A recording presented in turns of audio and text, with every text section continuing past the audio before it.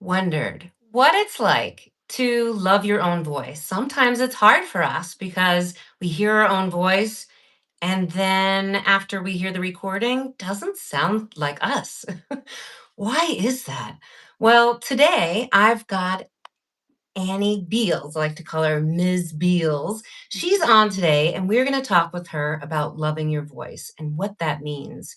But first, I wanted to let you know that my name is Rose Cayazzo, also known as Jackson Hole Rose, and I'm the owner and founder of the live streaming Secret Circle, which is a program just for ladies, ladies only, so that you can learn more about how to go live and all the things with going on camera because there are a lot of things to know and making more sales for your business. So, Annie, welcome to the show. Thank you so much for inviting me here today. Yes, I wanted you to just take a moment or two to introduce yourself, who you are, what you do, and all those good things. Yes, well, I'm Annie, and I'm a sports performance coach and hypnotherapist, and I work with athletes to help them to rebuild their confidence. Maybe they're kind of stuck in a cycle of self-doubt, hesitation that then is affecting their performance. And so I work with them to build that back up and help them to get into the flow, get into the zone when they're performing so they can really execute at the level that they're wanting to do. Excellent. And it's such specific work, right, that you do. And that's why I wanted to have you on the show because you are so dynamic on camera. But in addition to that, loving your own voice because you do a lot of voice recordings for yourself and your clients. But before we get into that, because I know that you are a very big outdoor adventurer like me, I was wondering if you might share with us your biggest, most exciting outdoor adventure and where that was in this big, beautiful world. Yes, you're so right. I am a really big outdoor advocate, and I love to be outdoors. And so primarily, one of the reasons why I'm up in Canada, and one of the reasons why I came out here was to pursue a dream of becoming a raft guide. I'd never done it before as a guide, and I came out here, took a risk, and did that. And one thing that introduced me to was doing overnight trips, doing long up to week-long trips on the river in the wilderness, and it's just an amazing experience. And I don't necessarily have a specific event, but I've done many of these. And it's those overnight trips where you really immersed in the wilderness and you're very remote. You're in the middle of nowhere. We've been down to the States multiple times. We've been down to the salmon. We're going down to Oregon in a few weeks' time in March. And so I'm always really excited to put myself into that place of discovery. And when you're on a river trip like that, it really feels like a journey. I mean, being on a river anyway feels like a journey. But when you can take that time to immerse yourself in that for days on end, that's when I really feel like I can connect to nature and also connect to myself. Absolutely. I feel the same. And every river is absolutely different. So it's like a different adventure every time. And I'm Oh, sure you have some completely. amazing rivers in Canada, which I have not explored, but I've explored quite a few here in the States. And I hear a lot about the Salmon River, which is very cool that you've done that. I think am I thinking the right river when we talk about the gates of Lador? I think so. I don't actually know off the top of my head. Okay, I just remember a girlfriend telling me that she felt like she was gonna die when her husband told her she was going to actually like shove off there, and she was like, "I'm gonna kill everybody." So she was a little nervous about this Gates of Lador. So I'm always so curious to see where this put in is, and I'm pretty sure she said the salmon. But of course, if you're live, feel free to correct us. Anyway, Annie, I am so glad you're here today because a lot of people I find, especially my clients, talking them through this and having your experience about recording your voice, right? So you and I did an RTT together, which was about the outdoors. And I was just curious to know, was there ever at any point where you started doing this type of work and you felt like, I don't really like my voice, or that sounds weird, or I'm not sure who that is, or trying to investigate how to change your voice because you didn't like it? Yeah, I think it starts before I even became a hypnotherapist. There's always been a kind of fear of hearing your own voice, and I know this goes for many, many, if not the vast majority of people. We don't like to hear our own voice or see ourselves on camera, especially in video form. And so that was definitely something that I always avoided in the past. And then when I became hypnotherapist, obviously that is the art of using your voice in a hypnotic way. And so at first, yes, there was that doubt, and which again is natural when you're doing something new, you're in some new training, you're going to have some level of doubt, and in this case, yes, about my voice. But it became very quickly apparent to me, and hearing this from other people that I trained with, and then clients when I started to see clients, that I had a voice that is just naturally inclined to be good with clients for hypnotherapy. Been told it is very soothing, and I've been told that it is quite hypnotic. And so I think the more I heard that, the more I heard the encouragement, and the more I lent into my skills of really using my voice and how that can help people to make the progress that they're looking to make with me. And so, yes, there was definitely doubt at first, but then that turned into confidence. But one thing I have realized is, when I'm doing hypnotherapy, my voice is much more gentle and it's at a slower pace. I'm not necessarily looking to really project my voice a lot when I'm doing hypnotherapy in a one-on-one basis. It's different if you're in a group and you're maybe doing a group hypnosis in person. There has to be some level of projection with that. But if I compare it to making content online or doing something like this where I'm having a conversation, I have to be much more conscious of using more projection in my voice compared to when I'm actually doing the hypnotherapy. So that's an interesting contrast that I've noticed. Yes. I was going to comment on that if you didn't already, Mm. but you already spoke on that. I think if I were to think about when I am speaking about my story, right? So when I get very serious about talking about my father and how he said, "You're going to live out of a dumpster," with his Brooklyn accent, and I was only 20 years old, there are different nuances of sound when I tell that story because there's different sections I want the audience to feel. So there's definitely a lot about the voice that we have to work on in general in order to feel confident and good that our voice is out there and people can appreciate it. But there are people, I've had clients that have come to me that say, "Rose, people say I sound like a little girl." And it makes me so uncomfortable, right? Or there's something about their voice that makes them feel uncomfortable, even if they just one person commented on it. So it's a lot for women, I think, getting on camera and using their own voice to really see how they're using it and people are responding to it. Now, for us, right, you've been told you have a very calming voice. I've been told I have a very melodic voice in the sense of when I speak, I sound like I'm a voiceover talent, which is terrible because we shouldn't really sound like anything. Just like, even though it's called voice acting, it's more of you want to sound natural. And this is my natural voice, but I can morph it and change it to what the script prefers, even though I'm still being natural. I know it's a weird thing. But tell us, Annie. So, in the sense of women in business, and we are using our voice, women that are Going on camera. Like, what is it, do you think, about going on camera and using our voice that really makes women shy away from it and not want to do it?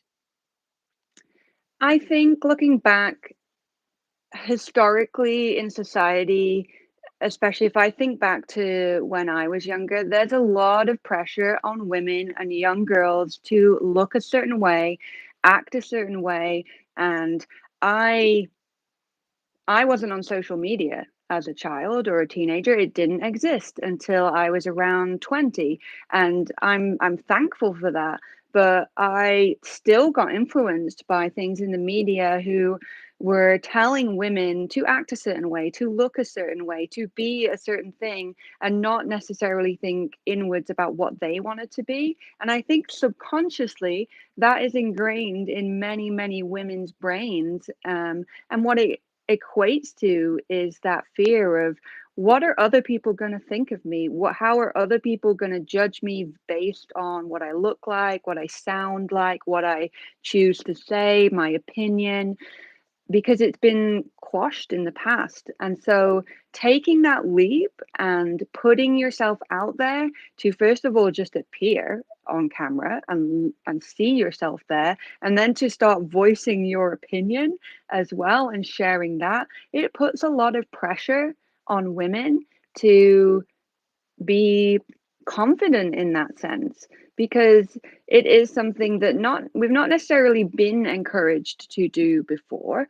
And at the same time, we're wanting to put that out there for ourselves, but there's a lot of fear involved, fear of judgment of I have this opinion and I'm a strong believer about my opinion and what I believe, but are other people going to accept that? And so what it comes down to is really just fear. Fear of judgment from other people, but also from yourself as well, because you're going to be reviewing that video as well. And it's being critical to yourself so that you can improve at a later date. And I say that all the time to my clients, that we are our own worst judge. Wouldn't you agree, audience?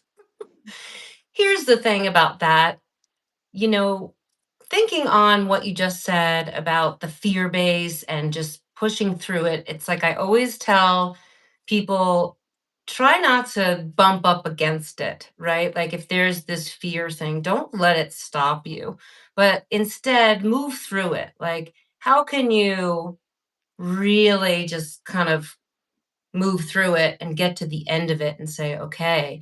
And I always say to people, if you are rewatching your live stream, never be critical about yourself, but rather look at what you did right. Because then you build more confidence for yourself and you say, oh, look, I did this properly. And oh, look, I said this. And oh, I noticed maybe I said this word a little too much. I'm saying, you know what I mean? You know what I mean? Oh my gosh, I said that like 5 times, but not to judge yourself, but just have that awareness so that the next time, you know, maybe we just say, once.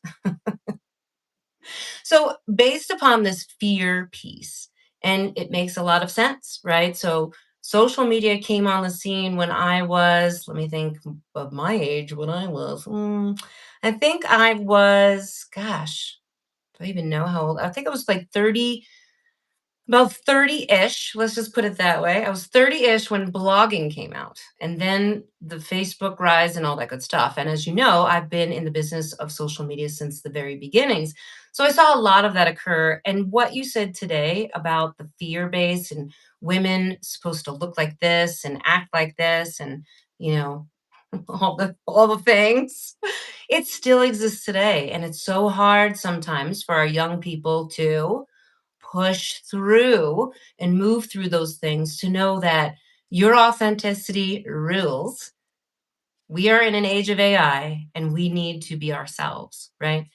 So, if you were to talk to a woman today who was a little leery about the live streaming, because the whole thing is the comfort zone, right? And live streaming is real, it is now. There is no making up. If you have an itch on your nose, you might need to itch it or you might need to ignore it, either or. What would you say to a woman today in business that hasn't put herself on camera at all, and you know that she can do it, but she needs some kind of maybe live streaming secret that you share with her? What is that one thing that you'd tell her? I think again, it comes back to this fear element, but to approach it just from a slightly different angle. And so you said that you don't want to push that away, you want to push through it. And that is right in a sense. I agree with that. But then feel like there's another part to that too, where you need to be gentle with yourself, and you need to have that awareness, first of all, that that fear is there and that it's completely natural and it's completely okay for it to be there. And you can put yourself into a kind of a community of women who feel the same way, but to have that awareness of that fear and let it in and sit with it and ask yourself, okay, where is this fear coming from? And is it just something that I'm kind of saying in my head? Does it have a feeling in my body? And if you do have that feeling in your body, maybe you're feeling tense, maybe you're feeling butterflies in your stomach from an excited kind of feeling, or there's more anxiety there. It's always good to notice where that's coming from and what you can do about it. You can use it to your advantage if those butterflies are, even if they're anxiety based, you can use your mind to make that a more excited feeling. And even if there is tension, before you go live or even record a video that isn't live, you can take some deep breaths. You can even amp yourself up a little bit. You could stretch your arms out. You could do a little jog on the spot, depending on what you want to record and what your goal is, and also to just let out some of that angst. And so a lot of it is just having awareness and accepting it, bringing it in. And I work with people a lot on negative emotions that have been holding them back, and I say the same thing to them about those, is that we can't just push those away, and we can't blindly push through them, ignoring them, but we have to accept them in and have an awareness in order to move on from them. And so, yeah, I would definitely say that to welcome in that fear because it's natural, and then use it to move forward. Love it. Welcome the fear. That's your new motto, right? Welcome the fear. I love this. And I just love what we discussed because you help women and men so much in the field of getting past their fears. And I have to remind myself that this is one of the biggest fears that most people in general have. It's not just business owners, right? And it's not just women, it's men as well. We have a little comment here. Let's read it and see if it's appropriate, right? Let's see. Oh, so a man is responding and he's saying, I always expect women to behave with nobility, kindness, and compassion. I am very disappointed when I see a woman being very rebellious and using foul language. Now, this brings up a good point, which we could have on a different show, but not everyone is into the foul language. And there are some coaches that use foul language all the time. It's part of their marketing, right? So it just depends. And it also depends on which part of the world that you're from. I am from America. So, I always say F perfect. And Mhm. I always say the F in F perfect can mean forget perfect. And I do that specifically because there are people that don't always appreciate the cursing words. Now, back to you, Annie. Let us know how we can get in touch with you. When I put together all the informationals, I'll make sure that you have your proper tags loaded and all that good stuff. But let us know, where is the place that someone can find you, about you, and if they need your help, how can they inquire about working with you? So the best place to find me is on Instagram, and you can follow my profile at anniebeals.coaching. and send me a DM on there if you want to talk to me about anything. I'm also on Facebook under Annie Beals. So again, if you prefer Facebook as a platform, you can contact me there. You can check out my website, anniebeals.com. And I also have a YouTube channel and podcast, both called The Inner Athlete. And so, yeah, multiple platforms there to contact me on. Pick pick the one you're most familiar with and reach out to me. Wonderful. Thank you so much, Annie. And just to add, we have someone on the call today from Brazil, and we also have another person from Bangladesh, which is in India, right? And just to prove that we're live, they also asked, "What's my favorite kind of cookie?" What's my favorite kind of cookie? I don't eat a lot of cookies. However, I would say sugar cookie. What's yours, Annie?